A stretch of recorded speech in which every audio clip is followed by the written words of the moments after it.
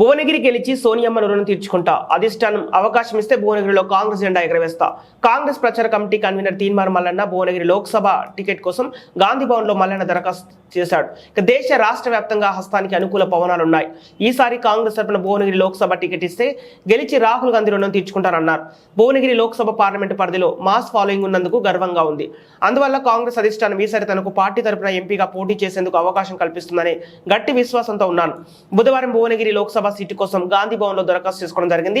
చాన్నాళ్లుగా ప్రజా సమస్యలు, గత బీఆర్ఎస్ వ్యతిరేక విధానాలపై రాజీలేని పోరాటాలు చేశాను. మాజీ ముఖ్యమంత్రి కేసీఆర్ గడీలను బద్దలు కొల్లగొట్టాను. మున్ముందు బీఆర్ఎస్ ను భూస్థాపితం చేసేందుకు ఒక బాధ్యతాయుతమైన పదవి ఉంటే బాగుంటుందని భావిస్తున్నాను. అందువల్ల హైకమాండ్ భువనగిరి టికెట్ ఇస్తే భువనగిరి జిల్లాపై కాంగ్రెస్ జెండా ఎగరవేస్తారని ధీమా వ్యక్తం చేశారు.